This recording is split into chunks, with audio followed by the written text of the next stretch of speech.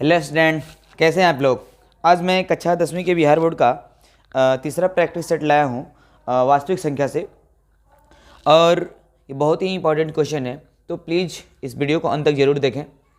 और पहला क्वेश्चन है इस सेट का कि दो लगातार संख्याओं का मसा, दो लगातार संख्याओं का मसा। लगातार संख्या, लगातार संख्या, लगातार संख्याएं क्या होती हैं। जैसे मान लो कि 1 2 3 4 5, यानी 1 2 3 4 5, ये संख्याएं हैं, क्या है, लगातार संख्याएं हैं, यानी एक के बाद से एक दूसरा संख्या है, ये सब क्या है, लगातार संख्या है। तो हम जानते हैं बच्चों की जो लगातार संख्या होती है, ठीक है, उन दोनों में उभयनिष्ठ संख्या कितनी हो सकती है।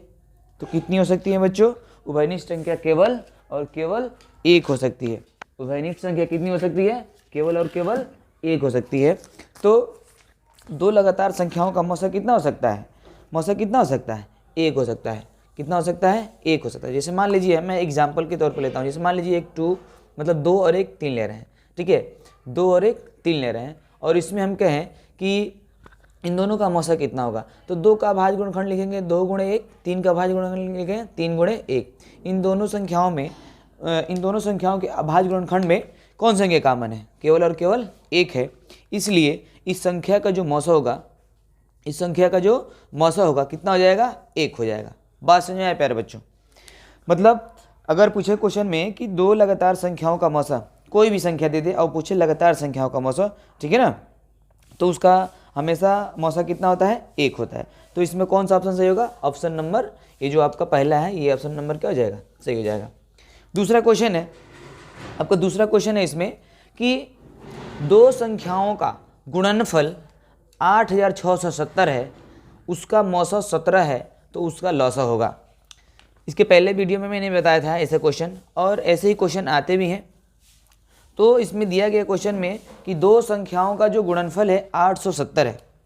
दो संख्याओं का गुणनफल, दो संख्याओं का गुणनफल, दो संख्याओं का जो गुणनफल है 8670 है, और मौसा इसका दे रखा है, क्या दे रखा है, मौसा। मौसा आपका दे रखा है, मौसा आपका दे रखा है 17। तो आपको बताना है ना कि लौसा कितना होगा, आपको क्या बताना है, लौसा बताना है कि इन संख्या का लौसा कितना होगा। तो प्यारे बच्चों, आपको पता ही होगा, अगले वीडियो में मैंने बताया भी था कि जो इन तीन चारों रिलेशन होता है, इन चारों में रिलेशन होता है कि लौसा गुणे मौसा बराबर कितना होता है, दो संख्याओं का गुणनफल, दो संख्याओं का गुणनफल। अब देखिए, दो संख्याओं का जो गुणनफल है ना, इसको हम ऐसे भी बोल सकते हैं, पहली संख्या गुणे दूसरी संख्या। लेकिन अगर पहली संख्या दी गई हो और दूसरी संख्या दी गई हो, तब अगर लिखेंगे, या फिर लौसा और मौसा दिया गया हो और एक संख्या दिया गया हो और दूसरी संख्या हमें क्या करना हो, निकालना हो, तब ये वाला फॉर्मूला लिखेंगे, ठीक है। तो लौसा गुणे मौसा बराबर कितना आ जाएगा, दो संख्याओं का गुणनफल। इस जो फॉर्मूला है ना, इसको याद रखना है, हमें क्या करना है, इस वाले फॉर्मूले को हमें याद रखना है, बहुत ही फॉर्मूला है। जैसे आपका इसमें देखिए लौसा कितना है, हमें निकालना है, लौसा हमें क्या करना है, निकालना है। तो ये संख्या थी, गुणा में इधर जाके क्या हो जाएगा, भाग में हो जाएगा। तो दो संख्या का गुणनफल, दो संख्याओं का जो गुणनफल होगा, दो संख्याओं का जो गुणनफल होगा, और बटा कितना हो जाएगा, मौसा, कितना हो जाएगा, मौसा। बस समझ में आया।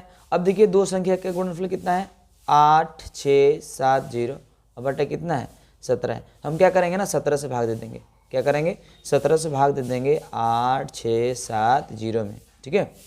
तो 17 पचे 85, एक ये कैंसिल हो जाएगा, एक और 17 एक में 17 कट जाएगा, और 0 बचेगा, तो यहाँ पे क्या लिख देंगे, 0, यानी कितना आ गया इसका, 510।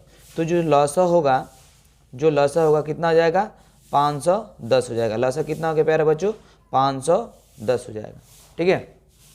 लौसा आपका कितना हो जाएगा, 510 हो जाएगा। तो इसमें कौन सा ऑप्शन सही हो जाएगा, इसमें ऑप्शन नंबर आपका डी सही होगा। जो क्वेश्चन मैंने बताया था कि दो संख्या का गुणनफल 8670 है और उसका मौसा 17 है, तो उसका लौसा कितना हो जाएगा, 510 हो जाएगा।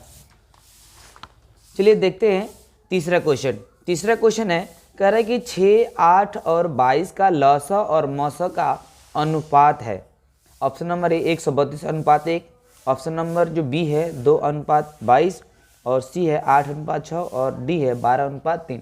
तो देखते हैं कि इसका अनुपात क्या होगा, 6, 8 और 22 का लसा और मौसा का अनुपात। ठीक है, तो सबसे पहले 3 संख्या दिया गया है, एक संख्या 6 है और एक संख्या 8 है और एक संख्या क्या है 22 है, एक संख्या 22 है। इनका का सबसे पहले क्या करेंगे, लसा निकाल लेंगे। क्या करेंगे, लसा।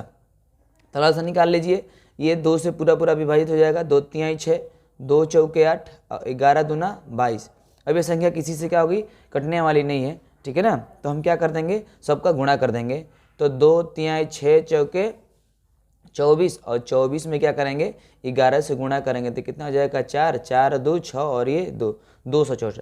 यानी जो लसा होगा 6, 8 और 12 का 22 का कितना हो जाएगा 264 हो जाएगा। कितना हो जाएगा 264 होगा। अब इसका मौसा निकाल लेते हैं। क्या निकाल लेते हैं, मौसा। मौसा कैसे निकालेंगे, तो इसमें देखिए तो दो एक ऐसी संख्या है जो तीनों को क्या कर रही है, विभाजित कर रही है। यानी मौसा कितना हो जाएगा, मौसा हमारा हो जाएगा 2।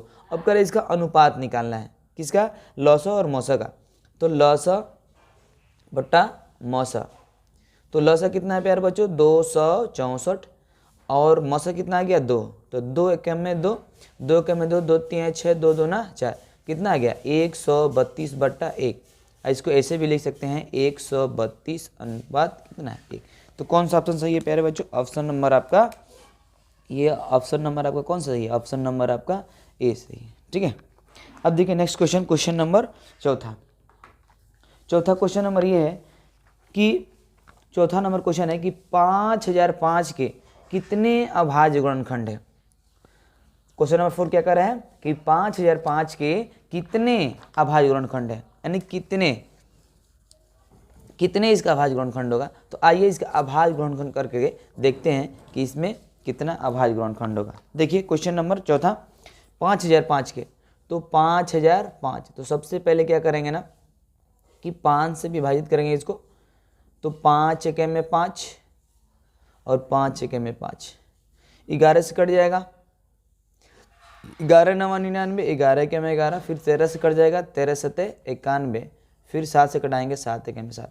यानी जो 5005 का अभाज्य गुणनखंड है 5 गुणे 11 गुणे 13 गुणे 7। ठीक है, तो अब यहाँ पे बहुत से बच्चे लास्ट में एक है तो इसको एक भी काउंट कर लेंगे, लेकिन बच्चों एक हमारा अभाज्य संख्या नहीं है। ठीक है ना, एक हमारा अभाज्य संख्या नहीं है, इसलिए हम इसको छोड़ देंगे। तो देखिए तो कितना है 1 2 3 और 4, यानी 505 में अभाज्य गुणनखंडों की संख्या कितनी है, अभाज्य गुणनखंडों की संख्या कितनी है जी, कितने अभाज्य गुणनखंड है, 4 अभाज्य गुणनखंड है। इसमें ऑप्शन नंबर आपका ए दिया है, ऑप्शन नंबर आपका ए दिया है 2, ऑप्शन नंबर आपका बी दे रखा है 4, ऑप्शन नंबर सी दे रखा है आपका 6, ऑप्शन नंबर डी दे रखा है आपका 7। तो इसमें कौन सा ऑप्शन सही होगा। चलिए देखिए क्वेश्चन नंबर 5वां देखते हैं, 96 का अभाज्य गुणनखंड क्या होगा। 96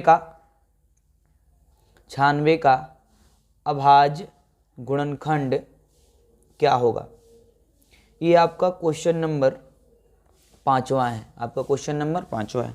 और इसमें ऑप्शन दे रखा है आपको, ऑप्शन नंबर ए दे रखा है 2 का पावर 4 गुणे 3 के पावर 2, और बी ऑप्शन दे रखा है 2 के पावर 3 गुणे 3 के पावर 3, ऑप्शन नंबर सी दे रखा है आपका 2 के पावर 5 गुणे 3, और डी ऑप्शन आपका दे रखा है कि 2 गुणे 3 के पावर 5।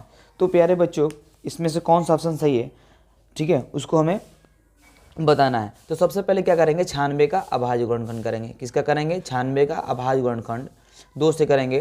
तो 2 चौके 8, 2 8 16, फिर 2 से करेंगे 2 दूना 4, 2 चौके 8, फिर 2 से करेंगे 2 एके में 2, 2 दूना 4, फिर 2 से करेंगे 2 छके 12, फिर 2 से करेंगे 2 तियाँ 6, फिर 3 एके 3। ठीक है, यानी हम यहाँ पे देखें 96 का जब अभाज्य गुणनखंड देंगे, 96 का अभाज्य गुणनखंड देखेंगे तो कितना आ गया 2 गुने 2 गुने 2 गुने 2 गुने 2, कितना 2 है कि 2 2 4 1 5 है।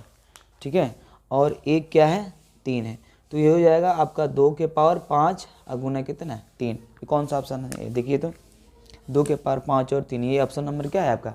तीसरा सही है। कौन सा ऑप्शन सही है? तीसरा ऑप्शन सही है। तो प्यारे बच्चों आइए देखते हैं question number 6।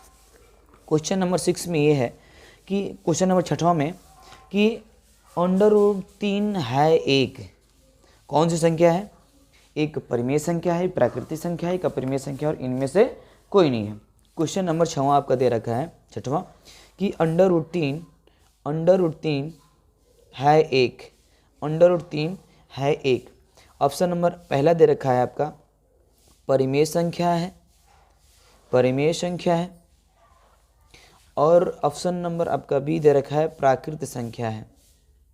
Option number B दे रखा है प्राकृत संख्या है, और सी आपका दे रखा है अपरिमेय संख्या है। क्या दे रखा है? अपरिमेय संख्या है। और ऑप्शन नंबर आपका डी दे रखा है इनमें से कोई नहीं, इनमें से कोई नहीं। तो प्यारे बच्चों मैंने पहले वीडियो में भी बताया था, ठीक है ना, कि अगर करनी में है, अगर करनी में कोई भी संख्या है, अगर करनी में कोई भी संख्या है और उसका अगर हम क्या करें वर्गमूल न निकाल पाए, ठीक है ना, अगर उसका हम वर्गमूल न निकाल पाए तो कौन सा संख्या हो जाती है?